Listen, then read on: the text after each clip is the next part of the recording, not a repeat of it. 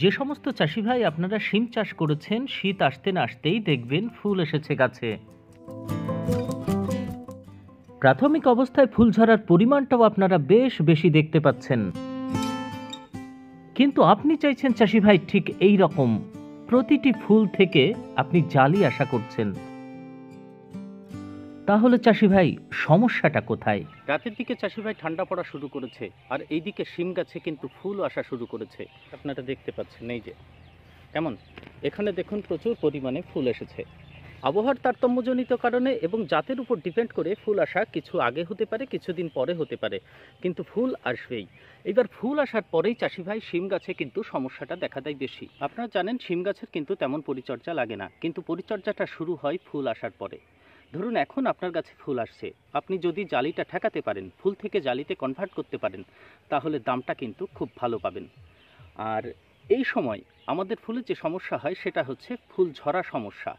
আর একটা বিষয় হচ্ছে দেখবেন ফুলের স্টিকগুলো যখন বার হয়, এই যে স্টিকগুলো বার হবে, এখানে দেখবেন কিছু দিনের ভিতরে কালো জাবে একদম আক্রান্ত করে ফেলে।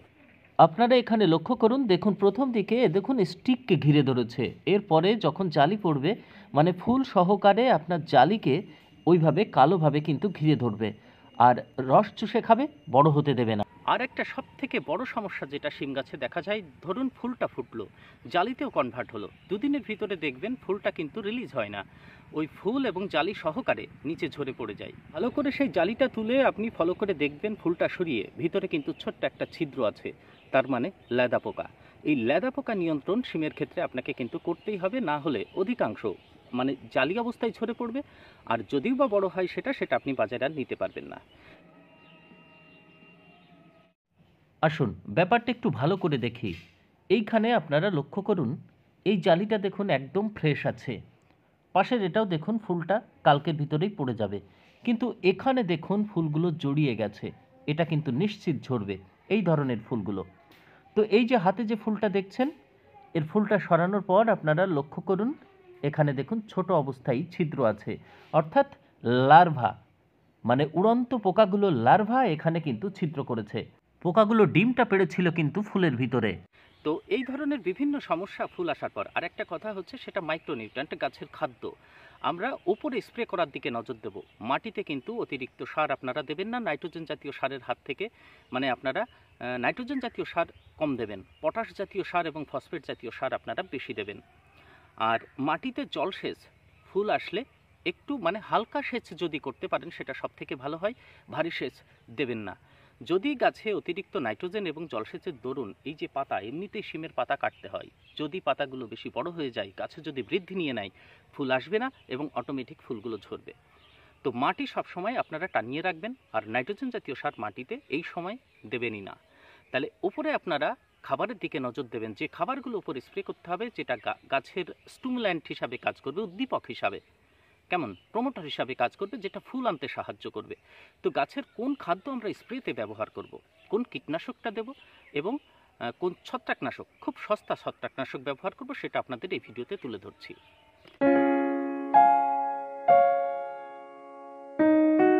নমস্কার চাষি ভাই, আপনারা দেখছেন green wave farmers creation channel, আপনাদের সঙ্গে রয়েছি আমি সুশোভন।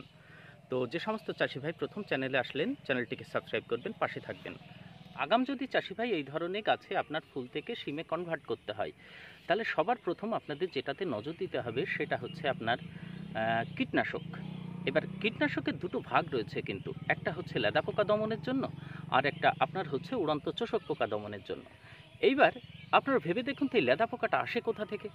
লেদা পোকাটা কিন্তু আপনার এখানে যে পাতাতে রস চোষার জন্য, তারপরে শিমের ফুলে রস চোষার জন্য যে সমস্ত উড়ন্ত চোষক পোকাগুলো থাকে, যেরকম ম্যাফিডস, জ্যাসিডস, তারপরে সাদামাছি, এরা কিন্তু এসে ডিম পাড়ে, মানে ফুলের উপরে অথবা পাতার উপরে ডিম পাড়ে।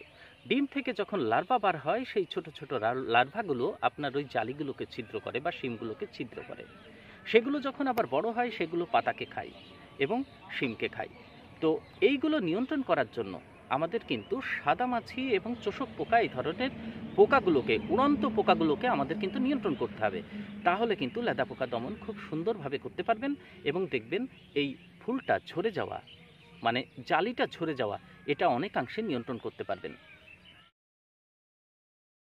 তো প্রথম আপনাদের যে কীটনাশকের কথা বলবো সেটা একদম সস্তা একটা কীটনাশকের।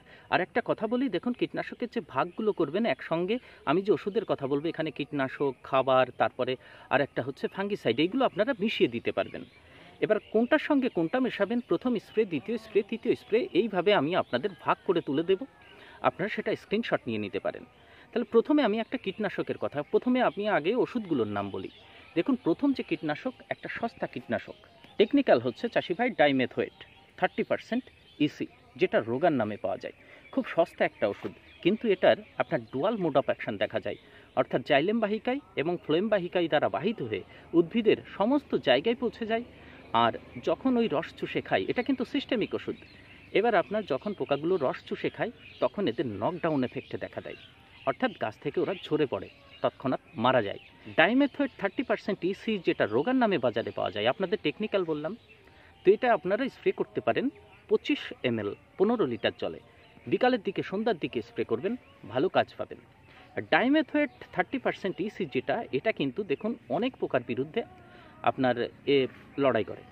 এক নম্বর হচ্ছে আপনার সাদামাছি, চোষক পোকা, ক্যাটারপিলার, বিটেল, খেয়াল করে দেখবেন এখানে লাল লাল এক ধরনের পাতা খাওয়া পোকা আছে, বিটেল। তারপর আর একটা হচ্ছে বাগ, মিলিবাগ অথবা কালো কালো যে সমস্ত পোকাগুলো ওই ফুলকে ঘিরে ধরে, ডাটাকে ঘিরে ধরে, এইগুলো মারার জন্য রোগার কিন্তু খুব কাজে লাগে। মানে ডাইমেথোয়েট 30% ইসি, 200 টাকা মতো দাম, এক চার্জারে 25 টাকা মতো খরচ হয়। 2 নম্বর আর একটা ওষুধ, এবার আপনাদের এক টেকনিক্যাল তো ব্যবহার করা যায় না, অদল বদল করতে হয়। তো 2 নম্বর যে ওষুধটার কথা বলবো সেটা হচ্ছে সোলেমান। দেখুন সোলেমানের ভিতরে ইমিডাক্লোরাপিড আছে 10%, আর বিটা সাইফ্লুথ্রিন আছে। তো ইমিডাক্লোরাপিড এবং বিটা সাইফ্লুথ্রিন এই দুটোর মিশ্রণ, একটা 5% আর একটা 10% মেশানো আছে। এই সোলেমান ভালো ওষুধ, এটাও আপনারা দিতে পারেন সাদামাছি এবং চোষক পোকার জন্য। আর একটা হচ্ছে থাইমোটাক্সাম, যেটা একতারা নামে পাওয়া যায়। আর এই উড়ন্ত পোকাগুলোর জন্য আর একটা যেটা বলছি সেটা হচ্ছে আপনাদের কনফিডার নামে আপনারা বাজারে পেতে পারেন, অথবা টাটামিডা নামে পেতে পারেন, যেটা ইমিডাক্লোরাপিড 17.8% বাজারে পাওয়া যায়। তো এই যে 4টে ওষুধের কথা বললাম, এর ভিতরে আপনি কম করে 2টো জোগাড় করুন, জোগাড় করে অদল বদল করে আপনারা স্প্রে করুন, দেখবেন ভালো কাজ পাবেন। উড়ন্ত চোষক পোকার ওষুধ যখন আপনারা গাছে স্প্রে করছেন, তার সঙ্গে ফল ছিদ্রকারী পোকার ওষুধও মিশিয়ে স্প্রে করবেন। ফল ছিদ্রকারী পোকাগুলোর জন্য আপনারা প্রোক্লেম ব্যবহার করুন, যার ভিতরে ইমামেকটিন বেনজোয়েট 5% আছে। আর এর পরিবর্তে আপনারা বায়োডোজও ব্যবহার করতে পারেন, ওর ভিতরেও ইমামেকটিন বেনজোয়েট আছে। আসল কথা, ইমামেকটিন বেনজোয়েট এই মুহূর্তে যেহেতু ঠান্ডা পড়ছে ভালো কাজ করবে। এছাড়া যে কোনো বায়ো ওষুধ আপনারা ব্যবহার করতে পারেন, পোলার, মেসি, দাদাগার্ড, সোড, এরকম দেখবেন বিভিন্ন বায়ো ওষুধ আপনারা যেটা ব্যবহার করে এর আগে লেদা পোকার জন্য ভালো কাজ পেয়েছেন, সেটা এই মুহূর্তে পোকা কম লাগা অবস্থায় স্প্রে করে দেবেন, ভালো কাজ পাবেন। এবং যখন কীটনাশক দেবেন তার সঙ্গে মিশিয়েই স্প্রে করবেন। শিমের ক্ষেত্রে ছত্রাকনাশক তেমন বেশি লাগে না। দেখুন ছত্রাকনাশক আপনারা মাঝে মাঝে 15-20 দিন অন্তর অন্তর একটা স্প্রে একটা বাদে ব্যবহার করতে পারেন, সেটা একদম সস্তা, M45, যেটা প্লেন ম্যাঙ্কোজিব ব্যবহার করুন। আর একটা নাম বলে দিই, সেটা হচ্ছে থাইফনেট মিথাইল রোকো।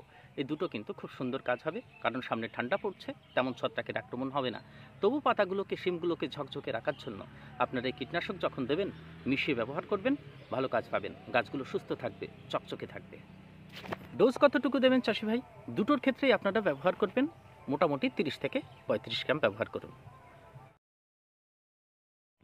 এইবার আসি চাষি ভাই গাছের খাবার। দেখুন গাছের খাবার খুব একটা ইম্পর্টেন্ট বিষয়। এই সময় আমাদের অধিক পরিমাণে আমরা যদি ফুল আনতে পারি, তাহলে কিন্তু বেশি পরিমাণে আমরা শিম বাজারজাত করতে পারবো। তো এই ফুল আনার জন্য আমাদের গাছকে কিন্তু একটা নিয়ন্ত্রণ, আগেই বললাম, সারের একটা বাঁধনে রাখতে হবে। মাটিতে অতিরিক্ত যেন রস না থাকে, গাছকে আপনার বাঁধনের ভিতরে রেখে পাতা সামান্য হলুদ সবুজ ভাব থাকবে, অতিরিক্ত পাতা বড় হবে না, বেশি গাঢ় সবুজ হবে না, এই রকম রেখে, এই সমস্ত কথা মাথায় রেখে আমাদের কিন্তু ওপরে খাবার স্প্রে করতে হবে। তো প্রথম স্প্রেতে আপনারা যেটা ব্যবহার করবেন, দেখুন আমি আগে খাবারের নামগুলো বলি। প্রথম যেটা হচ্ছে টাটা কোম্পানির টাটা বাহার, এর ভিতরে দেখুন অ্যামিনো অ্যাসিড 20 থেকে 30% আছে, কার্বোহাইড্রেট আছে, আর একটা ন্যাচারাল আপনার নাইট্রোজেন, অর্গ্যানিক নাইট্রোজেন আছে 5% মতো। এই তিনটের মিশ্রণ, এটা আপনারা উদ্ভিদের ভেজিটেটিভ গ্রোথে, অর্থাৎ বৃদ্ধির দশায়, ফুল আসা দশায় এবং ফল আসা অবস্থায় আপনারা স্প্রে করতে পারেন নিশ্চিন্তে। প্রতি লিটার জলে আপনারা 2 ml ব্যবহার করুন, 15 লিটার জলে তাহলে কত হচ্ছে? 30 ml। তো প্রথম টাটা বাহারের কথা বললাম। বাংলাদেশের চাষি ভাই আপনারা এর পরিবর্তে ব্যবহার করুন প্রোটোজিম। দেখুন এর ভিতরে অ্যামিনো অ্যাসিডের একটি পার্ট এলজেনিক অ্যাসিড রয়েছে, তাছাড়া হাইড্রোলাইজ প্রোটিন রয়েছে আর অর্গ্যানিক নাইট্রোজেন রয়েছে। প্রতি লিটার জলে 2 ml করে ব্যবহার করুন। তারপরে যেটার নাম হচ্ছে সিনজেন্টা কোম্পানির একদম সুন্দর একটা ওষুধ ইসিভিয়ান। এটা কিন্তু গাছে আপনারা দিতে পারেন যে কোনো অবস্থায়, fruit, flowering, fruit setting stage এবং ভেজিটেটিভ গ্রোথের সময়। একদম পিওরেস্ট অ্যামিনো অ্যাসিডের উৎস হচ্ছে আপনার সিনজেন্টা কোম্পানির ইসিভিয়ন।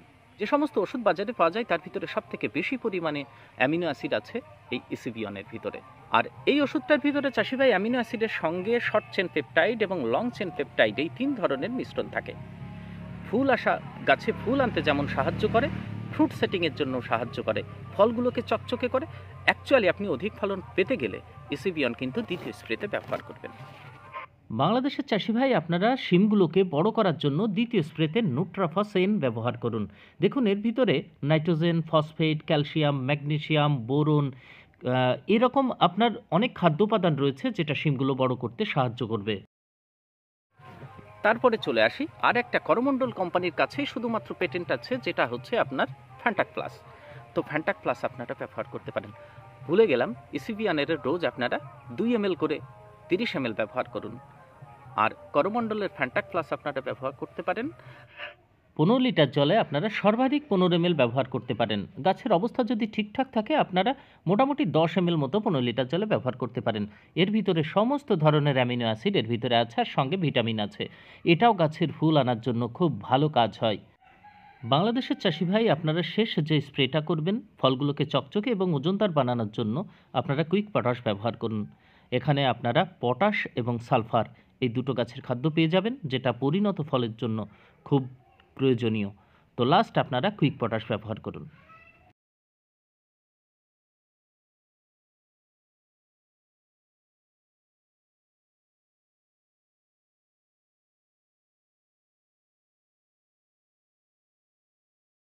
পরবর্তী ভিডিওতে আবার আপনাদের সঙ্গে দেখা হবে। ভালো থাকবেন সবাই। সম্পূর্ণ ভিডিও দেখার জন্য ধন্যবাদ।